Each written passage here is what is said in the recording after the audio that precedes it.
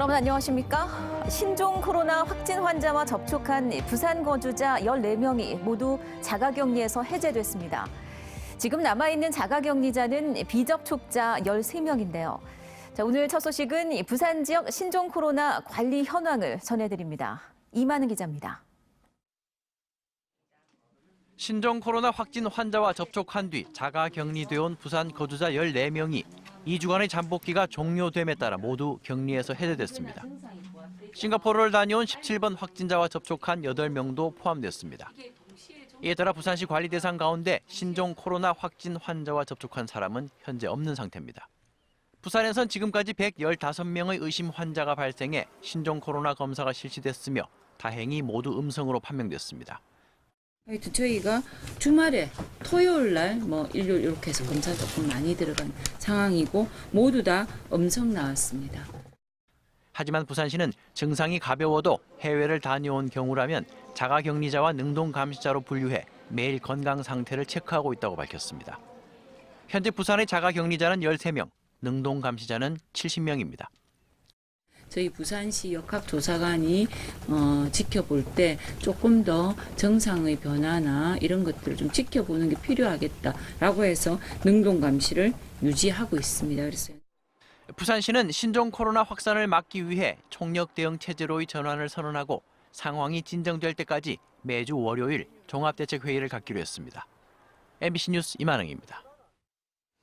부산 도시철도 전동차 내에서 신종 코로나 바이러스 감염자 행세를 한 20대 유튜버에 대한 구속 여부가 내일 결정됩니다.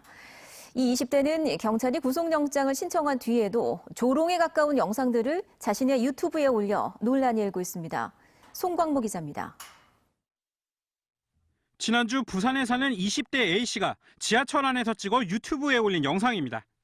자신이 중국 우한에서 왔고 신종 코로나 바이러스에 감염됐다고 소리칩니다. 여러분들, 저는 우한에서 왔습니다. 전 폐렴입니다. 모두 저한테서 떨어지세요. 놀란 승객들이 A씨를 신고했고 경찰 10여 명과 보건소 직원들이 출동했습니다. 하지만 모두 거짓이었습니다. 경찰 조사를 받은 A씨는 곧바로 영상을 촬영해 자신이 2-3시간 조사를 받았으며 구속될 일은 없다고 말합니다. 묻고 신문하고 조사를 하더라고요. 따분하다 따분해 정말. 뭔 구속이야 이 경찰이 A씨에 대해 사전 구속영장을 신청하자 이번엔 조롱에 가까운 영상을 찍어 올립니다. 오줌을 싸버렸어요. 나이 24살 먹고. 너무 무서워가지고. 경찰이 바지가랑이 형님이야. 이렇게 해줘도 검찰 그리고 또 법원까지 가가지고. 경찰은 엄중한 상황에서 A씨가 허위 사실을 유포해 시민들을 불안하게 했고 도시철도 운영자인 부산교통공사의 업무를 방해하는 등 죄가 무겁다고 밝혔습니다. 또 A씨가 조사 당시 심신미약을 주장했지만 조현병 등의 의료 기록은 없다고 설명했습니다. 업무방해죄는 형사처벌 대상으로 5년 이하 징역이나 1,500만 원 이하 벌금에 처해질 수 있는 중범죄입니다. 검찰은 경찰이 신청한 구속영장을 법원에 청구했으며 A씨에 대한 구속 여부는 내일 열리는 영장실질심사로 가려질 예정입니다. MBC 뉴스 송광모입니다.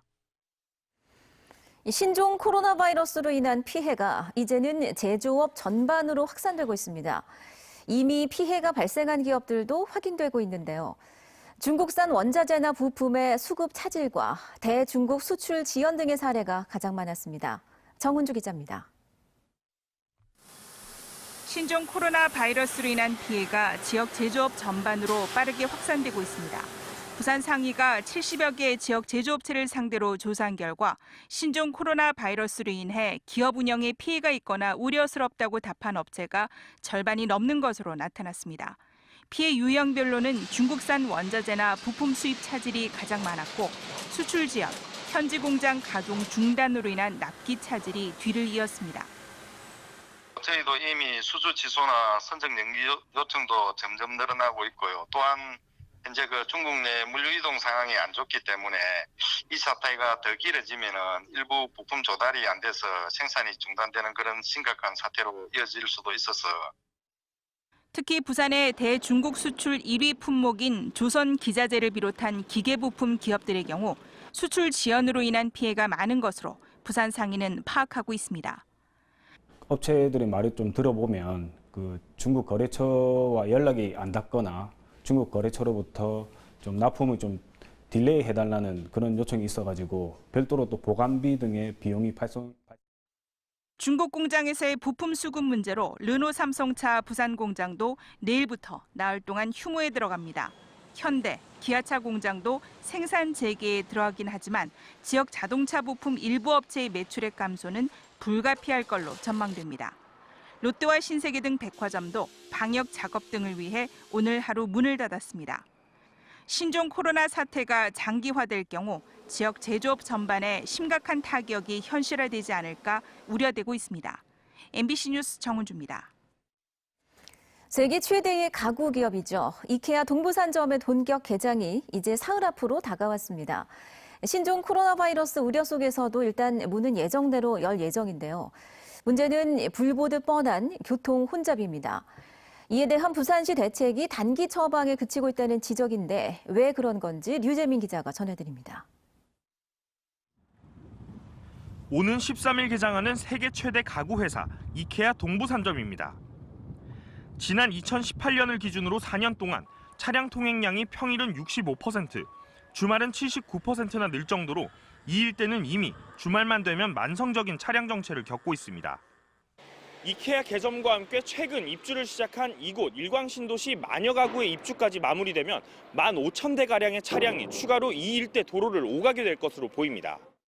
시 교통영향평가에 따르면 이케아 동부산점에서 오시리아역을 오가는 차량은 50% 이상 증가하고 송정 구간 40%가량 증가하는 것으로 나타났습니다. 이미 전쟁터를 방불케 하는 이 일대 도로는 앞으로 더 심각한 교통대란이 불을 보듯 뻔합니다. 게다가 이케아 주차장이 1,400면 정도에 불과해 평일은 3,200대, 휴일 5,400대에 달하는 주차 수요를 감당하기도 힘듭니다. 부산시와 부산도시공사는 일부 차로 확장과 교통신호 체계 개선, 주차 단속 강화 등 해소 방안을 내놨습니다. 자습버스는 직행 자습버스 없는데 이번에 2월 13일부로 1001번을 이쪽을 와가지고 오시리아로 와가지고 이렇게 가는 방향으로 1001번은 배차 간격이 한 7분에서 8분 정도 되기 때문에 아마 대중교통에 대해서는 큰 문제가 없을 것으로. 하지만 기장군과 의회는 실효성 없는 대책이라며 TF를 구성해 자체 용역을 준비하고 반송터널과 그 접속도로, 해운대 신시가지를 잇는 우회도로 건설을 요구하고 있습니다. 일시적이고 소극적인 방향입니다. 대책입니다. 그렇기 때문에 근본적으로 해결이 될 수 없기 때문에 연계도로가 반드시 있어야 그 전체적인 교통 소통이 결국 이마저도 국비 확보 없인 해결이 어려운 상황이라 이 일대 교통난이 해소되기까진 상당한 시간이 걸릴 것으로 예상됩니다. MBC 뉴스 류잼리입니다. 신종 코로나 바이러스 유입을 우려해 크루즈 입항이 금지됐습니다.